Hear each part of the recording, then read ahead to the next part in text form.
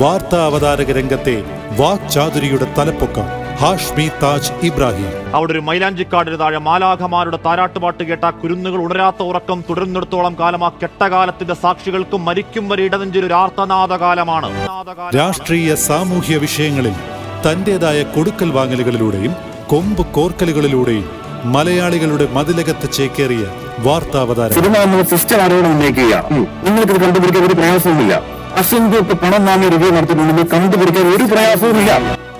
ശക്തമായ വിവാദങ്ങളും കടുപ്പമേറിയ വിമർശനങ്ങളും തന്റെ മാധ്യമ ജീവിതത്തിൽ പലതവണ നേരിടേണ്ടി വന്നിട്ടും ചടുലമായ അവതരണ മികവും തിരഞ്ഞെടുക്കുന്ന വിഷയങ്ങളിലെ ആധികാരികതയും സംഭവങ്ങളുടെ ആഴങ്ങളിലേക്ക് ഇറങ്ങിച്ചെല്ലാനുള്ള സാമർഥ്യവും ഹാഷ്മിയെ മലയാളികളുടെ പ്രിയങ്കരനാക്കി.